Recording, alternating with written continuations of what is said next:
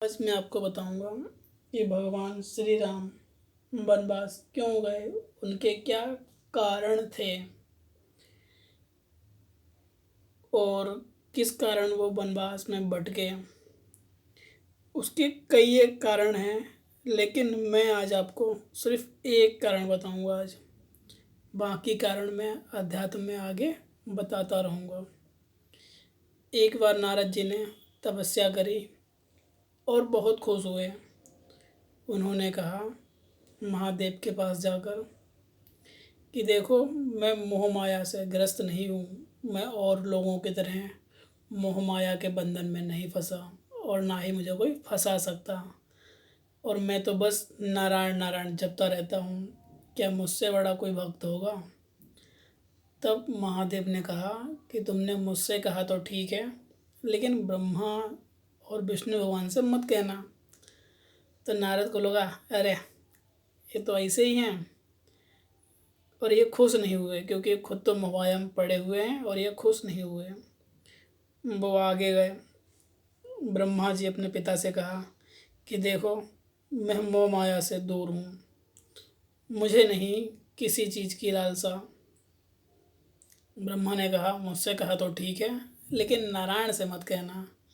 उन्होंने कहा देखो, कैसे पिता हैं कि पुत्र की खुशी को देख के भी खुश नहीं हो पा रहे। वो बेचारे गुस्से में पहुँचे नारायण के पास। भगवान विष्णु और माँ लक्ष्मी दोनों शेष सैया पे बैठे हुए थे। नारद ने कहा देखो प्रभु, मैंने मोह माया जीत ली।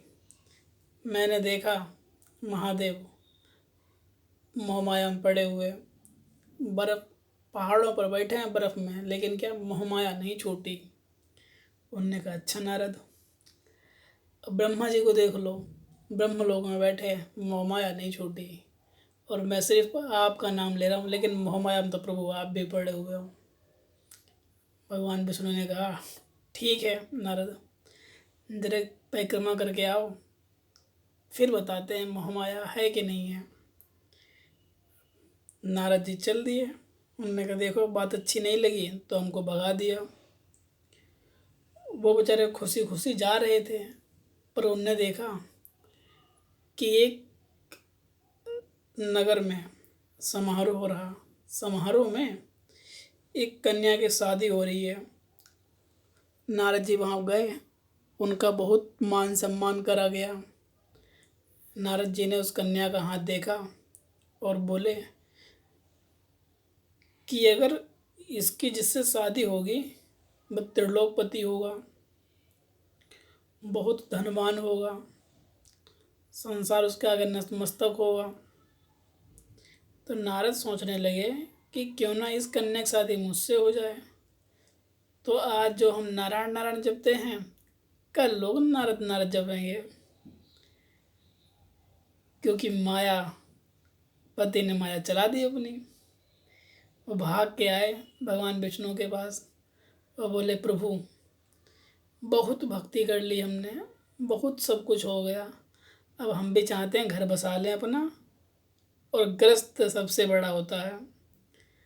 भगवान नारायण बोले अरे नहीं नारद नहीं, तुम इन सब चीज़ों में कहाँ पढ़ रहे हो। उन्होंने कहा नहीं प्रभु, अब हमने इतने जन्म तक आपका ये आपका जाप किया, अब वापस मेरी यही इच्छा पूरी करो कि मैं अपना घर बसा पाऊँ। नारायण ने क्या किया, उन्हें अपना स्वरूप उनने मांगा कि मुझे अपना स्वरूप दो।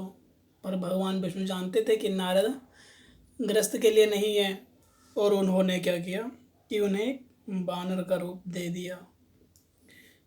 नारद गए समारोह में, उन्हें लगा कि अब तो मैं भगवान विष्णु और मनमोहन का फेस लेके आया हुआ हूँ उनसे, तो अब कन्या मुझसे ही शादी करेगी और कल मैं त्रिलोकपति कहलाऊँगा।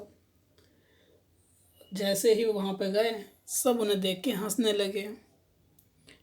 महादेव जी भी वहाँ आए हुए थे, वो भी हंसे, और देवगण भी देख के उनको हंसने लगे। भगवान विष्णु आए, कन्या वरमाला लाई, और नारायण को पहना दी, क्योंकि वो मायापति हैं और उन्हीं की माया का सारा रचना हुआ रची हुई थी। और वो कन्या लक्ष्मी माँ थी। तो शादी तो नारायण से ही होनी थी, नारद तो नहीं करने वाले थे।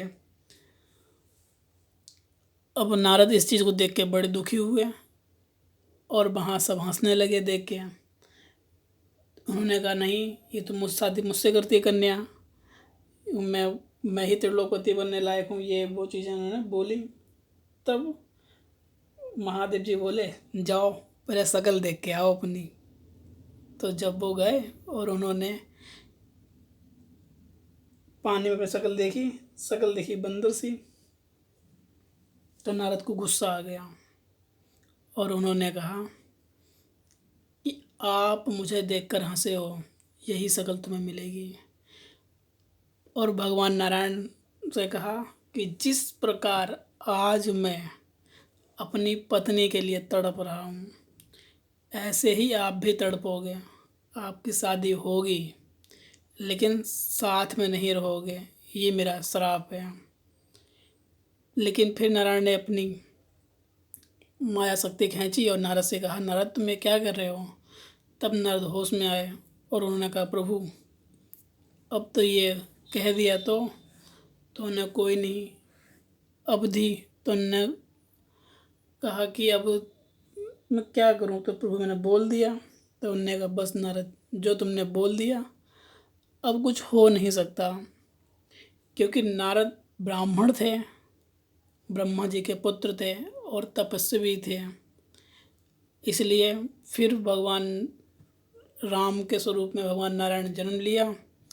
माँ सीता लक्ष्मी माँ थी और हनुमान जी खुद महादेव भोलेनाथ जी थे। और जो उन्हीं के साथी के लोग थे वही सब वानर सुग्रीव जो जो लोग उस समारोह में आए हुए थे वही सब लोग अपने यहाँ पे आए रामायण में।